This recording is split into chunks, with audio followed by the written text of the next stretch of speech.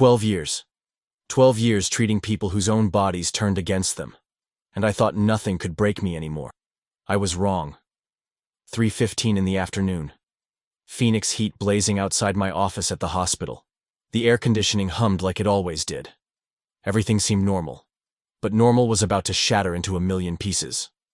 Her name was Carmen Delgado, 44 years old, mother of 2 teenagers. And she was dying right in front of me. Not the quick kind. The slow, cruel kind that steals everything piece by piece. Her immune system had gone rogue, attacking her joints, her energy, her hope.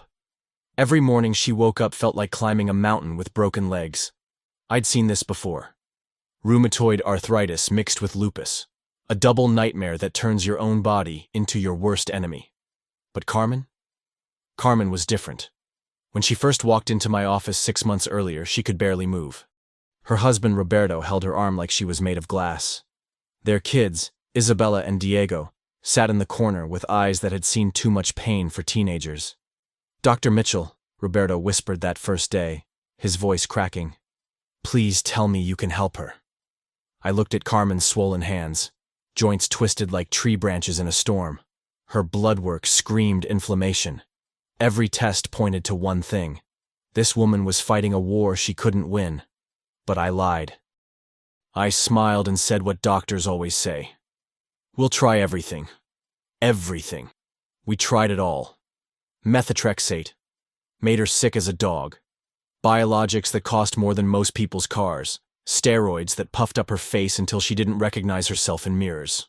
Nothing worked. Nothing. Every visit, Carmen got worse. Her smile faded week by week. Roberto's eyes grew darker with each appointment. The kids stopped coming altogether. And me? I started dreading Tuesday afternoons. That's when Carmen came in. Tuesday at 3:15.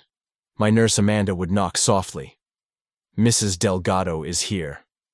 My stomach would drop. Because I knew I'd have to look into those brown eyes and admit I was failing her. Month 3, Carmen couldn't lift a coffee cup. Month 4, she needed a walker.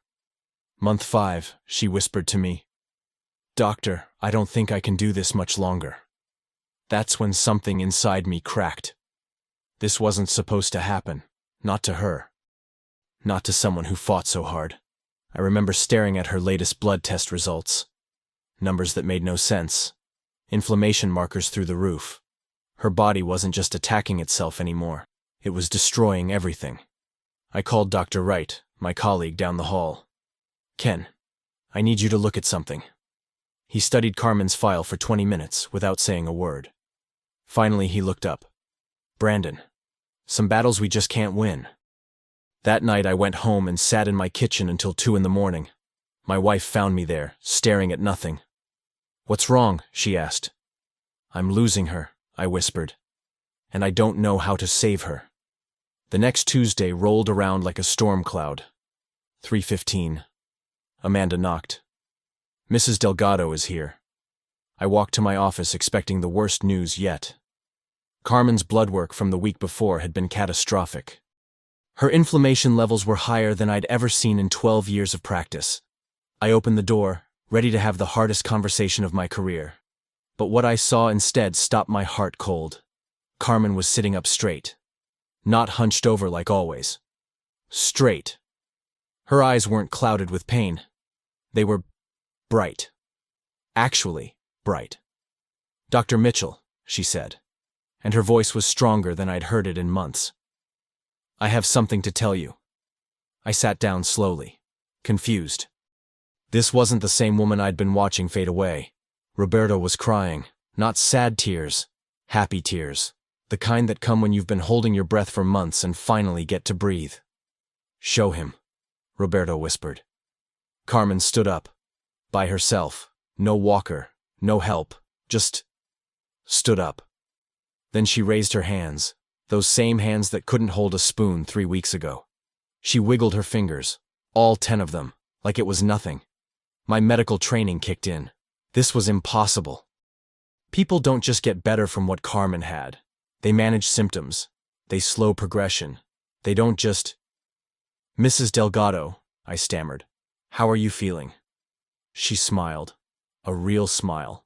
The first real smile I'd seen from her in 6 months. "Doctor," she said, "yesterday I cooked dinner for my family. Last night I tucked my kids into bed for the first time in months. This morning I danced in my kitchen while making breakfast." I felt my throat tighten. This couldn't be happening. "I need to run some tests," I managed to say. "I already got the blood work you ordered last week," she said, pulling out papers from her purse. I grabbed the results with shaking hands. What I saw made no medical sense whatsoever. Her inflammation markers weren't just better. They were normal. Completely normal. Numbers that had been screaming danger for months were now whispering peace. I stared at those numbers for what felt like forever. Then I looked up at Carmen, who was standing there like a completely different person. That's when it hit me. In 12 years of being a doctor, I thought I understood healing. I thought I knew how bodies worked, how medicine worked, how everything worked. But I had no idea what I was looking at, and what happened next would change everything I believed about medicine forever. I sat there staring at those test results like they were written in a foreign language. Normal. Everything was normal. The same blood that 3 weeks ago looked like a war zone was now peaceful as a sleeping baby. Her white blood cells weren't attacking anymore. The inflammation that had been burning through her body like wildfire was gone. "Carmen," I whispered, my voice barely audible. "Tell me exactly what happened." She looked at Roberto, then back at me. Her eyes were sparkling with something I hadn't seen in months. Life. Pure, undeniable life. "Dr. Mitchell, you're going to think I'm crazy." "Try me." She took a deep breath. 2 weeks ago, I was at my worst. You remember? I could barely get out of bed. Roberto had to help me shower. The kids were making their own meals because I couldn't even stand at the stove. Roberto nodded, wiping his eyes. She was fading away. "I prayed every night," Carmen continued. "But that Tuesday night I prayed different. I wasn't asking to get better anymore. I was asking for strength to say goodbye." My chest tightened. I'd seen this before. Patients reaching that breaking point where hope dies. "I fell asleep crying," she said. "But around 4 a.m. something woke me up. The room went completely silent. Even the air conditioning seemed to hold its breath. It wasn't a sound. It wasn't a dream. It was like warmth, starting in my chest and spreading everywhere, through my arms, my legs, I glanced at Roberto. His face was serious as stone. "I sat up in bed," Carmen continued, "and for the first time in months, sitting up didn't hurt. My joints weren't screaming. My muscles weren't on fire." She held up her hands, flexing her fingers. I looked at these hands, and the swelling was going down. Right there in the dark, I watched it happen. My medical brain was spinning. Spontaneous remission exists, but not like this. Not overnight. Not with multiple autoimmune conditions. "Roberto," I said, turning to her husband. "Did you notice changes?" He laughed through his tears. "Doctor, that morning she made pancakes. Pancakes! She hadn't cooked in 4 months. She was humming in the kitchen like it was any normal day." "And Isabella and Diego?" I asked. "They thought they were dreaming," Carmen said. "When I called them for breakfast instead of Roberto, Isabella ran downstairs and just stared at me standing there flipping pancakes." I picked up her file again. 6 months of documentation. Every visit showed progression of disease. Every blood test showed things getting worse. There was no medical explanation for this reversal. "Carmen, have you been taking any new supplements? Changed your diet? Tried any alternative treatments?" She shook her head. "Doctor, the only thing that changed was that prayer. That moment at 4 a.m. when I felt that warmth. I've been trained to be skeptical, to look for logical explanations. But sitting across from Carmen, seeing her move without pain, hearing the strength in her voice, watching Roberto's face glow with relief, logic felt very small. "What exactly are you feeling right now?" I asked. "Strong," she said immediately. "Like my body remembered how to be healthy. The constant ache in my joints? Gone. The exhaustion that made me feel like I was walking through mud? Gone. The morning stiffness that used to take hours to work through? Gone. She stood up and walked to the window. Just walked. Like it was nothing. Yesterday I played catch with Diego in the backyard. Last weekend Isabella and I went shopping for 3 hours. 3 hours, Dr. Mitchell. I didn't need to sit down once. I felt something stirring in my chest. 12 years of practicing medicine, and I'd never seen anything like this. The closest cases I'd read about in medical journals were scattered, poorly documented, and usually involved much milder conditions. But this? This was a complete reversal of aggressive autoimmune disease in 2 weeks. I need to be honest with you, Carmen, I said. What you're describing doesn't fit any medical pattern I know. Your improvement is remarkable, but I want to make sure we monitor everything closely. I understand, she said. But doctor, I need to tell you something else. She walked back to her chair, moving with the grace of someone who hadn't been in chronic pain for months. That night, when I felt that warmth, I wasn't just healed physically. Something changed inside my heart too. The fear I'd been carrying, the sadness, the anger at my body, it all lifted. Roberto reached over and took her hand. She's been different ever since. Not just her body, her whole spirit. I watched them together. Roberto's relief was so profound it filled the room. This man had been watching his wife slip away inch by inch, and now she was back. Really back. Carmen, I want to run a full panel of tests. Not because I doubt what you're telling me, but because I want to document everything. This could help other patients. Of course, she said. Whatever you need. As I wrote orders for blood work, x-rays, and other tests, I couldn't shake the feeling that I was standing at the edge of something I didn't understand. Something bigger than textbooks and medical training. Doctor, Carmen said as she prepared to leave. I know this sounds impossible. I know it doesn't make sense, but sometimes impossible things happen.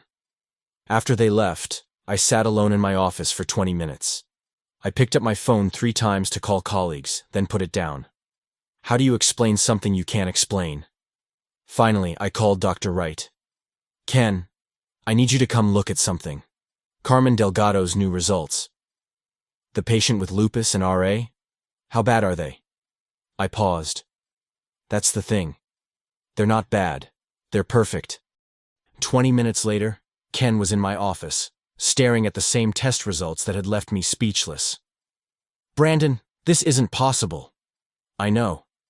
Her inflammatory markers from 3 weeks ago were through the roof. These numbers, they're better than healthy people. I know. What changed? New treatment? Different medication? I looked at him. Nothing changed, Ken. Nothing medical, anyway. That evening, I drove home in complete silence. No radio, no phone calls, just me and the Arizona sunset, thinking about Carmen Delgado and the moment that shattered everything I thought I knew about healing. But what happened over the next few days would test everything I believed even more. I couldn't sleep that night. 2 in the morning, I was still sitting at my kitchen table with Carmen's file spread out like a puzzle I couldn't solve. Every page told the same story. 6 months of steady decline. Then suddenly, boom. Perfect health. My wife Sarah found me there, staring at test results under the dim light. Brandon, come to bed. Look at this, I said, pointing at the papers. Tell me what you see. Sarah's a nurse, 20 years in cardiac care. She knows how to read lab work. She studied the numbers for a full minute, then looked at me with confusion written all over her face. These can't be from the same patient. They are. Honey, this is impossible. These inflammation markers went from severe to normal in 2 weeks. That doesn't happen. I know. She sat down next to me. What aren't you telling me? So I told her everything. About Carmen's prayer. About the warmth at 4 in the morning. About her dancing in the kitchen and playing catch with Diego. Sarah listened without interrupting. When I finished, she was quiet for a long time. What do you think happened? She finally asked. I don't know. And that terrifies me. The next morning, I called Carmen to schedule her follow-up tests. She answered on the first ring, and her voice was like sunshine. "Dr. Mitchell, I was just telling Roberto about yesterday. Thank you for listening to me." "Carmen, I need to ask you something. Have you told anyone else about what happened? Your family, friends, people at church?" She paused. "Actually, yes. My sister Maria called last night, and I couldn't help myself. I told her everything." "What did she say?" "She cried, doctor. She said she's been praying for me every night for months. When I told her about that Tuesday morning, about the warmth, she said she felt it too. At the exact same time. 4 in the morning. My hand tightened around the phone. She felt what? The warmth. She woke up at 4, and she felt this incredible peace wash over her. She said she knew somehow that I was going to be okay. I wrote down every word. As a doctor, I'm trained to document everything. But this was beyond anything I'd learned in medical school. "Carmen, I'm going to schedule your tests for tomorrow morning. Full blood panel, joint x-rays, everything." "Of course, doctor. Whatever you need." After I hung up, I sat in my office staring out the window. Phoenix was waking up. People driving to work, living normal lives, following normal rules. But normal had just walked out of my world. Around 10, Amanda knocked. "Doctor." "Mitchell? You have a call. It's Dr. Patricia Chen from the lab." I picked up the phone. "Patricia, what's up?" "Brandon, I need to ask you about Carmen Delgado's blood work.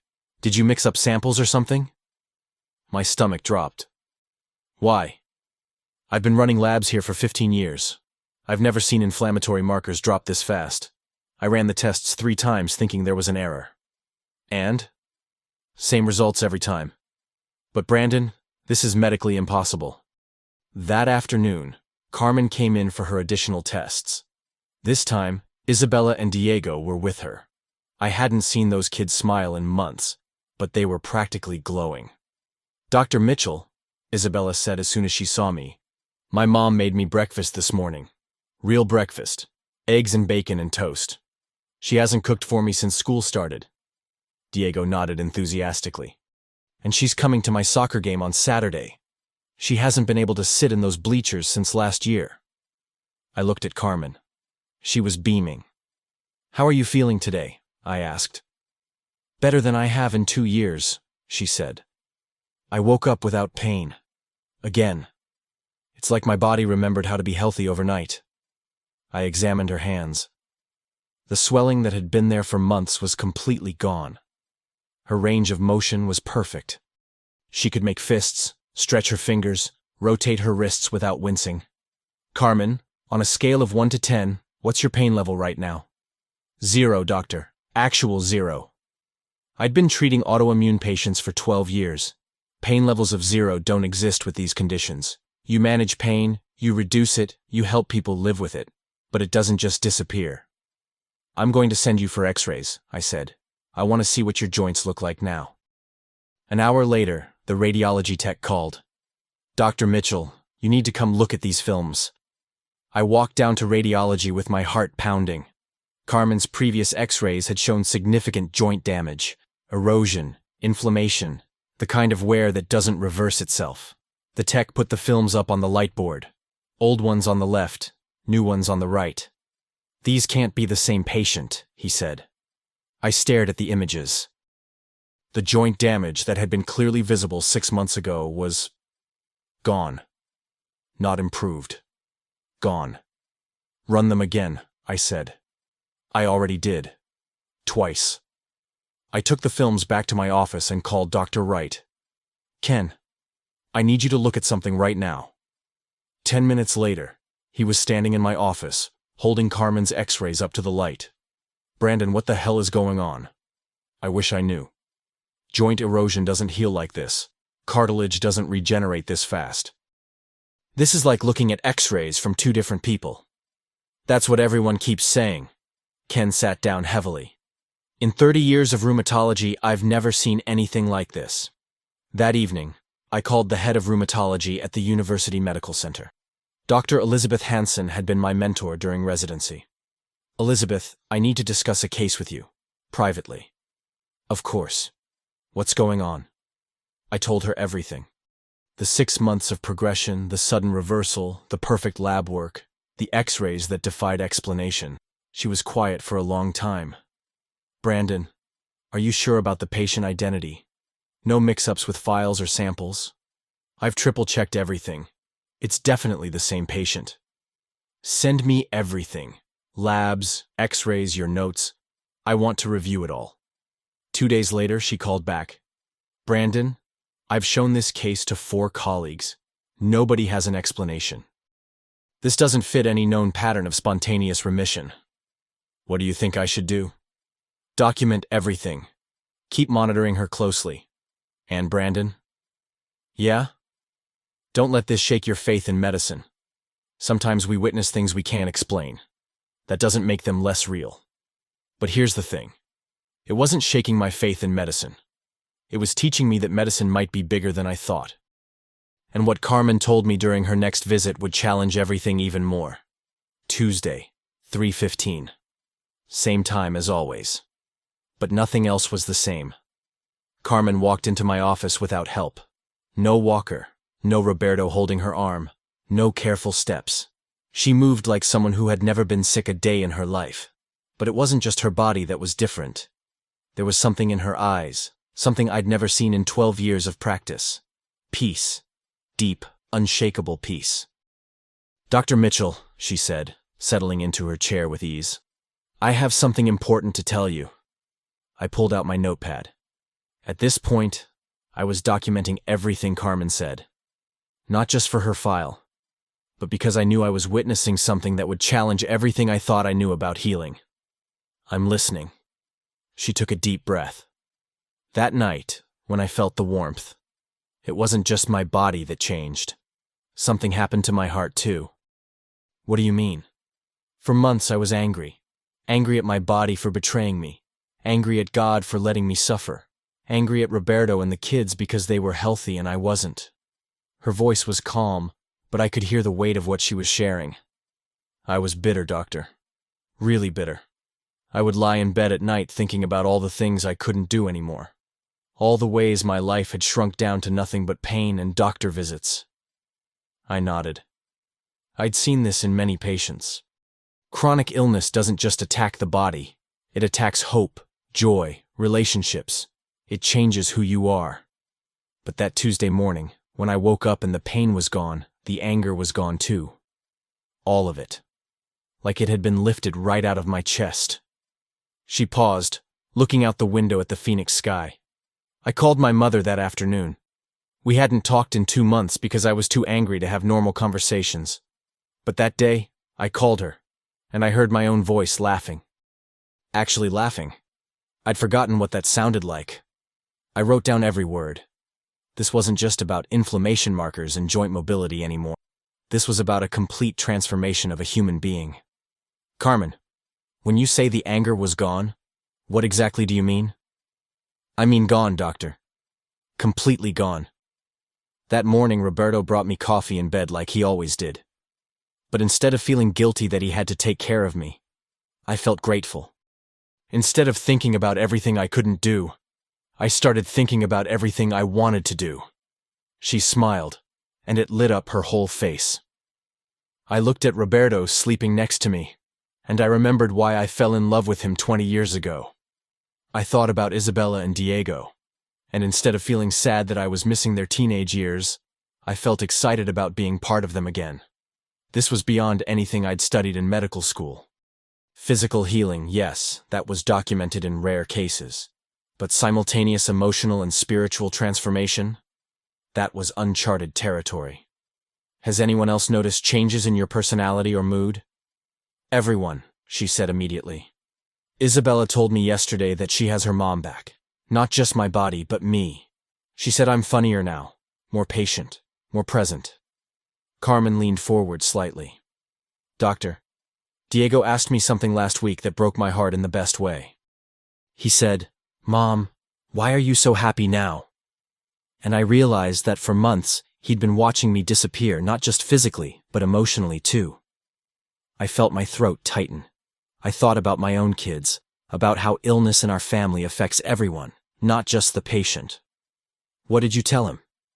I told him that sometimes when we're in dark places, we can't see the light that's still there. But it never really goes away. We just have to remember how to look for it.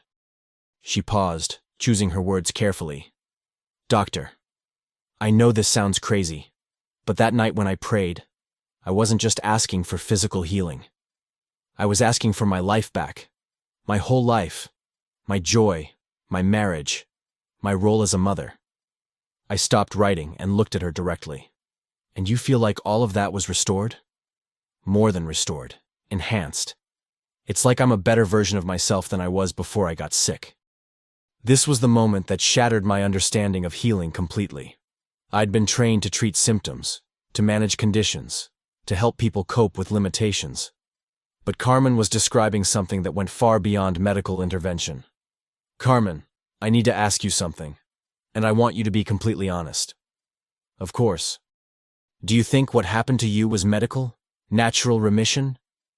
Or do you think it was something else? She was quiet for a long moment, considering her answer carefully.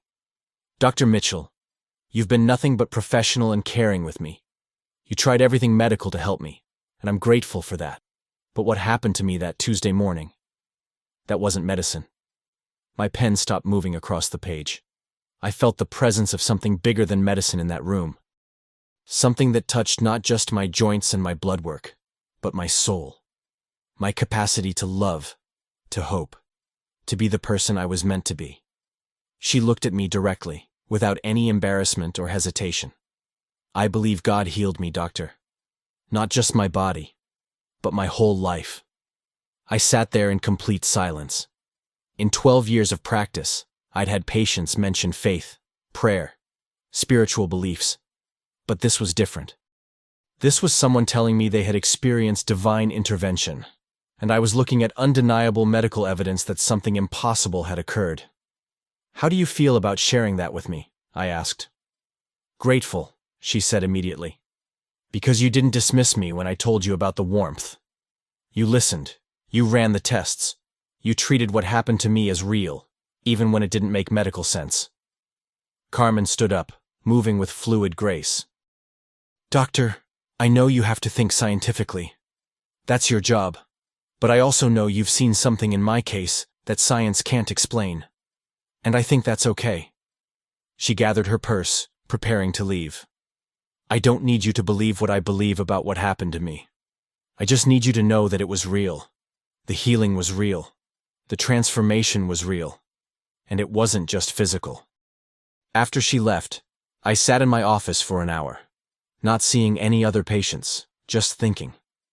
12 years of medical training had taught me to look for logical explanations, to trust in evidence-based treatment, to be skeptical of claims that couldn't be verified.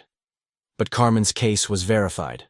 Every test, every X-ray, every lab result confirmed that something medically impossible had occurred. And now she was telling me it wasn't just medical. The question that was haunting me was this. If medicine couldn't explain what happened to Carmen, what else about healing was I missing? That question would lead me to a revelation that changed everything I thought I knew about being a doctor. 3 weeks after Carmen's transformation, I was sitting in my own doctor's office. Not as Dr. Brandon Mitchell, rheumatologist with 12 years of experience. Just as Brandon, a man who hadn't been sleeping, hadn't been eating right, and couldn't stop thinking about blood tests that defied logic. Dr. Sarah Chen, my internist for the past 8 years, looked at me with concern. Brandon, your blood pressure is elevated, you've lost 12 pounds, and you look exhausted. What's going on? I stared at the examination room wall, wondering how to explain that witnessing a medical miracle had somehow broken me. Sarah, have you ever seen something that challenged everything you believed about medicine? She sat down on her rolling stool, giving me her full attention. Tell me what's happening. So I told her about Carmen. Every detail. The impossible recovery. The perfect lab results. The X-rays that showed healed joints. The emotional transformation. When I finished, Sarah was quiet for a long time. Brandon, in 25 years of practice, I've learned that medicine has limits. We don't know everything. Sometimes patients get better in ways we can't explain. But this isn't just unexplained improvement. This is complete reversal of advanced autoimmune disease in 2 weeks. And that's affecting you how? I looked at her. This woman who had been my doctor since residency, who had seen me through stress fractures and flu and the exhaustion of building a medical practice. It's making me question everything I thought I knew about healing. Sarah leaned forward. Brandon, you're a good doctor. You've helped thousands of patients. One case that doesn't fit your understanding doesn't invalidate everything else. But what if it does? What if I've been missing something huge this whole time?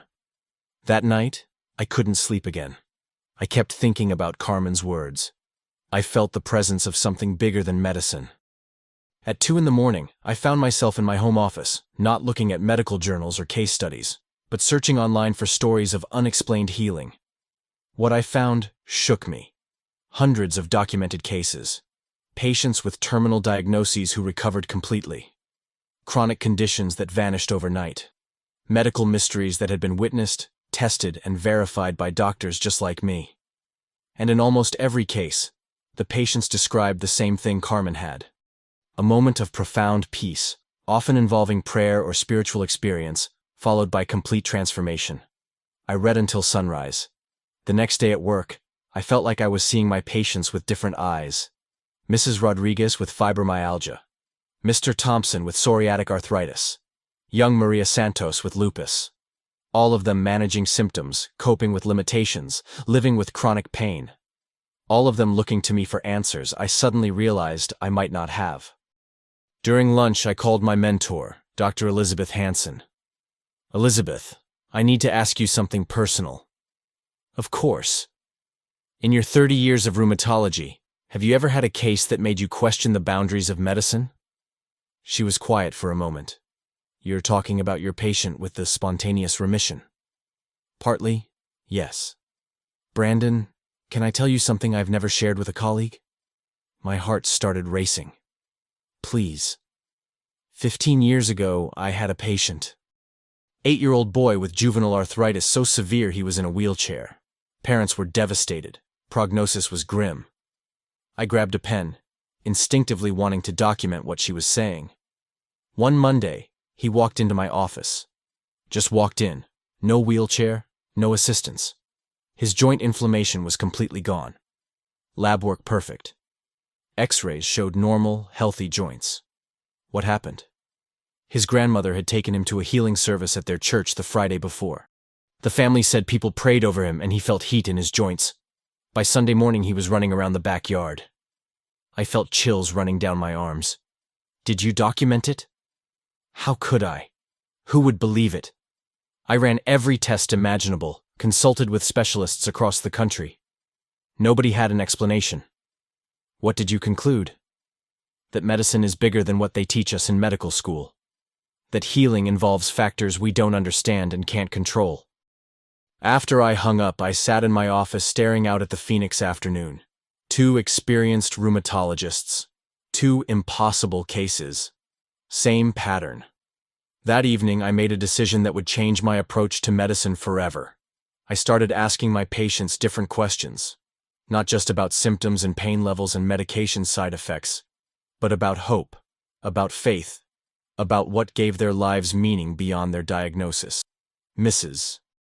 Rodriguez told me she prayed the rosary every night for healing. Mr. Thompson shared that meditation helped him more than any medication I'd prescribed. Young Maria talked about feeling closest to God when her lupus symptoms were at their worst. I started really listening. Not just to their physical complaints, but to their hearts. And something remarkable began happening in my practice. Patients started improving in ways I hadn't seen before. Not miraculous overnight healings like Carmen, but meaningful progress. Better pain management, increased mobility, improved quality of life. But more than that, they seemed more hopeful, more engaged in their own care, more willing to fight for their health. 3 months after Carmen's transformation, she came in for her regular follow-up. Still perfect health, still glowing with that inner peace. Dr. Mitchell, she said as I finished examining her completely normal joints. Can I ask you something? Of course. You seem different, lighter somehow. What changed? I looked at this woman who had unknowingly become my teacher. You taught me something, Carmen. You taught me that healing is bigger than medicine, that hope is as important as treatment, that sometimes the most powerful thing I can do as a doctor is witness something I can't explain and let it change me. Her eyes filled with tears. Thank you for listening to my story. Thank you for not dismissing what happened to me. Thank you for showing me that medicine and miracles don't have to be opposites. They can work together. As she prepared to leave, Carmen turned back to me. Doctor, I know you've been questioning everything since my healing. But don't question your calling as a physician. You're not just treating bodies. You're caring for human beings who need both medicine and hope. After she left, I realized something profound. Carmen's healing hadn't just saved her life. It had saved my career. I had been becoming cynical, mechanical, disconnected from the wonder of what it means to help people heal. Her impossible recovery reminded me that medicine is as much art as science, as much mystery as knowledge. But the biggest revelation was still coming. And it would happen in the most unexpected place, with a patient I thought I couldn't help. 6 months after Carmen's healing, I met the patient who would test everything I had learned. Her name was Elena Vasquez, 19 years old, college sophomore at Arizona State. She had the same conditions as Carmen, rheumatoid arthritis and lupus, but her case was more aggressive than anything I'd seen in 12 years. Elena walked into my office on a Thursday morning, supported by her parents, Maria and Carlos. The moment I saw her, my heart sank. This beautiful young woman, who should have been worrying about finals and dating and choosing a major, was fighting a war against her own body that she was losing badly. Her hands were so swollen she couldn't hold a pen. Her knees were inflamed to twice their normal size. The butterfly rash across her cheeks, a telltale sign of lupus, was angry and pronounced, but it was her eyes that broke me. They held the look of someone who had already given up. "Dr. Mitchell," her father Carlos said, his voice thick with desperation, "3 doctors have told us there's nothing more they can do, but we heard about your success with difficult cases." I knew immediately they were talking about Carmen. Word travels fast in the patient community, especially when someone experiences a miraculous recovery. I looked at Elena's file. The numbers were devastating. Her inflammation markers were higher than Carmen's had ever been. Her kidney function was declining, a dangerous complication of lupus. Her joint damage was extensive. "Elena," I said gently, "how are you feeling today?" She looked up at me with eyes that seemed decades older than her 19 years. "Like I'm disappearing," she whispered. "Like my life is slipping away one day at a time." Her mother Maria started crying softly. I could see the toll this was taking on the entire family. "Elena, I want to try some new treatments with you. But I also want to ask you about something else." "What? What gives you hope? What makes you want to fight this?" She was quiet for a long moment. "Honestly, doctor, nothing right now. I used to want to be a teacher. I used to dream about getting married, having kids. But now I can barely get out of bed in the morning." I felt Carmen's words echoing in my mind. "You're not just treating bodies. You're caring for human beings who need both medicine and hope." "Elena, I had a patient who was in a very similar situation to yours. Someone who felt exactly like you do right now." Her eyes flickered with the tiniest bit of interest. "What happened to her?" "She got better. Completely better. In ways that surprised everyone, including me." "How?" I chose my words carefully. Medicine was part of it. But there was something else. Something that touched more than just her physical symptoms. Elena's parents leaned forward, hanging on every word. "What do you mean?" Maria asked. "I mean that healing sometimes involves hope, faith, the belief that our lives have purpose beyond our illness." We started Elena on an aggressive treatment plan. New medications, different combinations, careful monitoring. But I also did something I'd never done before Carmen. I asked Elena and her family to consider that healing might involve more than just medicine. "Elena," I said during our second visit, "do you pray?" She looked surprised by the question. "Sometimes, when I'm scared." "What do you pray for?" "That I won't be a burden to my family. That my parents won't have to watch me suffer." My throat tightened. "Elena, what if you prayed for something different?" "Like what?" Like restoration. Like a future. Like the strength to fight for the life you want to live. Over the next few weeks, I watched Elena begin to change. Not physically at first. Her blood work was still terrible, her joints still swollen and painful. But something in her spirit was shifting. "Dr. Mitchell," she said during our third visit, "I've been thinking about what you said, about hope. Tell me." I started writing in a journal about the things I want to do when I get better. Not if, when. Her father Carlos smiled for the first time since I'd met him. "What kinds of things?" I asked. "I want to finish college. I want to teach second grade, like I always planned. I want to travel to Spain and meet my grandmother's family." She paused. "I want to dance at my wedding someday." For the first time in weeks, Elena was talking about a future instead of just surviving the present. But then, during our fourth visit, everything fell apart. Elena's kidney function had gotten worse. Much worse. Her newest blood work showed signs that her organs were beginning to shut down. I stared at the numbers, knowing I had to give this 19-year-old girl and her family the worst news possible. "Elena," I said, my voice barely steady, "your test results show that your condition is progressing more aggressively than we hoped." The room went completely silent. "What does that mean?" Maria whispered. I took a deep breath. "It means we need to consider more intensive treatments.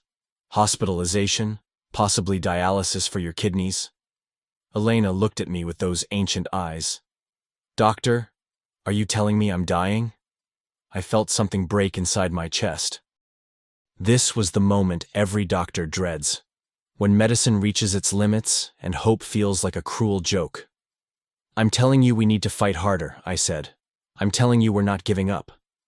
But as Elena and her family left my office that day, I wondered if I was making promises I couldn't keep. That night, I couldn't eat dinner. I sat in my kitchen, staring at Elena's file, feeling like I was failing her the same way I had once felt I was failing Carmen. The difference was that Carmen had experienced her miracle. Elena was still waiting for hers. And I was about to learn that sometimes the most important thing a doctor can do is not give up, even when everything looks hopeless. Sarah found me there at 11 o'clock, still staring at test results that made no sense. "What's wrong?" she asked. "I have a 19-year-old patient who's dying, and I don't know how to save her." Sarah sat down next to me. "Brandon, you can't save everyone." "But what if I could? What if there's something I'm missing, something beyond medicine that could help her?" "Like what happened with Carmen." "Exactly like what happened with Carmen." Sarah was quiet for a moment. Then she said something that changed everything. "Brandon, maybe your job isn't to make miracles happen. Maybe your job is to create space for them." I looked at her, not understanding. "Maybe your job is to give Elena hope, to help her believe in possibilities, to show her that healing can happen in ways we don't expect." The next morning, I made a decision that would lead to the most emotional moment of my career. I called Elena and asked her to come in for an emergency appointment. But this time, I wasn't just going to be her doctor. I was going to introduce her to someone who might change her life forever. Friday afternoon, 3:30. I had asked both Carmen and Elena to come in at the same time. I'd never done anything like this before. Introducing patients to each other wasn't standard protocol. But nothing about the past 6 months had been standard. Carmen arrived first, as radiant as ever. She moved through my office like she owned the world, which in many ways, she did. She had gotten her life back in a way most people never experience. "Dr. Mitchell," she said, settling into her chair, "you sounded mysterious on the phone. What's this about?" Before I could answer, Amanda knocked softly. "Dr. Mitchell, Elena Vasquez is here." My stomach tightened. I wasn't sure this was the right thing to do. What if seeing Elena reminded Carmen of how sick she used to be? What if Carmen's story made Elena feel worse about her own situation? But it was too late to change course. Elena walked in slowly, her parents supporting her on both sides. The contrast between her and Carmen was startling. Same disease, completely different outcomes.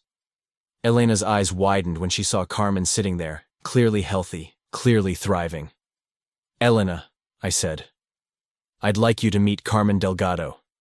Carmen, this is Elena Vasquez." Carmen stood up immediately, moving to Elena with a warmth that filled the room. "Elena, honey, it's so nice to meet you." Carmen's voice was gentle, maternal, even though Elena was only 25 years younger than her. Elena looked confused, glancing between Carmen and me. "Dr. Mitchell, I don't understand. Why are we meeting?" I took a deep breath. This was the moment of truth. "Elena, Carmen has the same conditions you do. Rheumatoid arthritis and lupus." Elena's eyes went wide. She looked at Carmen again, taking in her easy movement, her clear skin, her obvious health. "But you look healthy?" Carmen finished gently. "I am healthy, sweetheart. Completely healthy." Elena's mother, Maria, gasped. "How is that possible?" Carmen looked at me, asking permission with her eyes. I nodded. "Elena, 8 months ago, I was exactly where you are right now. Maybe worse." Carmen sat back down, but moved her chair closer to Elena. "I couldn't lift a coffee cup. I needed help getting dressed. I was on medications that made me sicker than the disease itself." Elena stared at Carmen like she was looking at a ghost. "What happened?" Elena whispered. "That's a long story, honey, but the short version is this. I got better, completely better, in ways that my doctors still can't fully explain." Elena's father, Carlos, leaned forward. "How? What treatment worked?" Carmen glanced at me again. I knew she was being careful, not wanting to give false hope or medical advice. "It wasn't just treatment, Carlos. It was something more." "What do you mean?" Elena asked. Carmen reached out and gently took Elena's swollen hand in both of hers. Elena didn't pull away. "Elena, I want to tell you about the darkest night of my life. The night I thought I couldn't fight anymore. The room became completely silent. Even the air conditioning seemed to quiet down. I was lying in bed, in more pain than I'd ever experienced. My husband Roberto was pretending to be asleep, but I knew he was crying. I could hear my kids in their rooms, probably wondering if their mom was going to be around much longer. Elena's eyes filled with tears. I could see the recognition in her face. She knew exactly what Carmen was describing. I prayed that night, Elena, but not for healing. I prayed for strength to let go. I was ready to give up. Elena nodded, tears flowing freely now. I know that feeling. But something happened around 4 in the morning.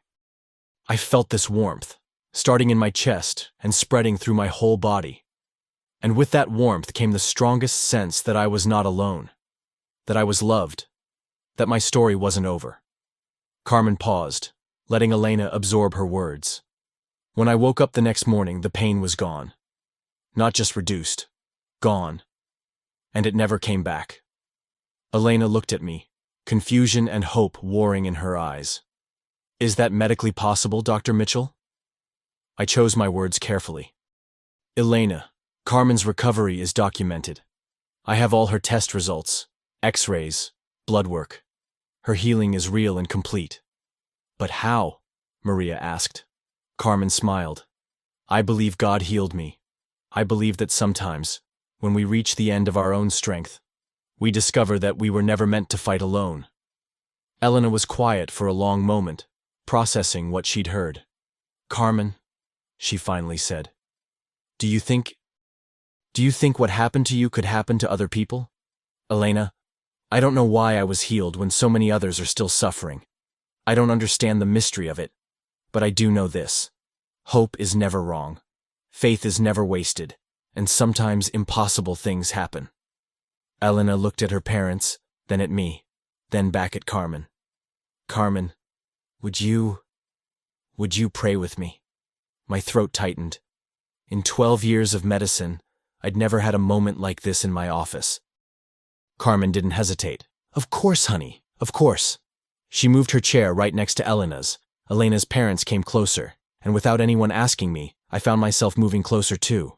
Carmen took Elena's hands gently. "Elena, I want you to know that whether or not you experience physical healing like I did, you are precious. Your life has meaning, and you don't have to face this alone." Elena nodded, unable to speak. "Let's pray," Carmen said softly. What happened in the next few minutes was the most sacred moment of my medical career. Carmen prayed with a power and gentleness that filled the room. She prayed for Elena's healing, for her family's peace, for wisdom for the medical team, for hope in the darkness. But more than her words, it was her presence that transformed the moment. Elena was experiencing something I'd seen in Carmen months earlier, the presence of unshakable hope. When Carmen finished praying, the room was completely silent. Elena looked up with tears streaming down her face, but something in her eyes had changed. "Carmen," she whispered. "I felt it." "Felt what, honey?" "The warmth. Just like you described. Starting in my chest and spreading everywhere." My heart stopped. Elena slowly raised her hands, looking at them with wonder. "The pain. It's different. It's not gone, but it's softer." She looked at me with eyes that held something I hadn't seen in weeks. Hope. "Dr. Mitchell," she said, "I want to fight. Whatever it takes, however long it takes, I want to fight for my life." As Elena and her family left that day, she was walking differently. Not physically. Her joints were still swollen, her condition still critical. But spiritually, emotionally, she was transformed. Carmen lingered after they left. "Thank you," she said simply. "For what?" "For letting me share my story. For giving me the chance to offer someone else the hope that was given to me." That moment taught me something profound about healing that changed my practice forever. Sometimes the most powerful medicine we can offer isn't a prescription or a procedure. Sometimes it's the presence of someone who has walked through darkness and found light on the other side. 3 months later, I was standing in the same examination room where everything had changed. But this time, I wasn't looking at impossible test results or trying to explain the unexplainable. I was watching Elena Vasquez dance. Actually dance. In my office. At 2 o'clock on a Tuesday afternoon. She spun around with her arms raised, laughing like the 19-year-old college student she was supposed to be. Her parents Carlos and Maria were crying happy tears in the corner. And me? I was trying not to lose it completely. Elena's transformation hadn't been as dramatic as Carmen's. It hadn't happened overnight, but over 3 months, something remarkable had occurred. Her kidney function had stabilized, then improved. Her joint inflammation had decreased steadily. Her energy had returned week by week. Most importantly, her spirit had been completely renewed. "Dr. Mitchell," she said, finally stopping her impromptu celebration. "Look at this." She held up her hands. The swelling was completely gone. She wiggled her fingers, made fists, moved her wrists in full circles. "I wrote a 10-page paper last week. By hand. I haven't been able to write by hand in almost a year." I looked at her latest test results. They weren't perfect like Carmen's had been, but they were remarkably improved. More importantly, Elena was living again. "Elena, how do you feel?" "Like I have my life back," she said immediately. "Last weekend I went to a friend's birthday party. I stayed until midnight. I danced, I laughed, I forgot for hours that I had ever been sick." Carlos stepped forward. "Doctor, we can't thank you enough. Not just for the medical treatment, but for everything else." He was referring to that afternoon 3 months ago when I had introduced Elena to Carmen. The afternoon that had changed all of our lives. "Carlos, Elena did the hard work. She chose to hope when hope seemed impossible. But you gave her permission to hope," Maria said softly. "You showed her that healing could be bigger than medicine." As Elena and her family prepared to leave, she turned back to me one more time. "Dr. Mitchell, I want to ask you something. Anything. That day when you introduced me to Carmen, why did you do that? It wasn't standard medical practice, was it?" I smiled, thinking about how much had changed since that first Tuesday afternoon with Carmen. "Elena, I learned something from Carmen that changed how I practice medicine. I learned that sometimes the most healing thing we can offer someone isn't a medication or a procedure. It's hope. It's the testimony of someone who has walked through the valley and come out whole on the other side." Elena nodded thoughtfully. "Doctor, can I tell you something?" "Of course." "Meeting Carmen didn't just give me hope for physical healing. It gave me hope that no matter what happened to my body, I could still have a meaningful life."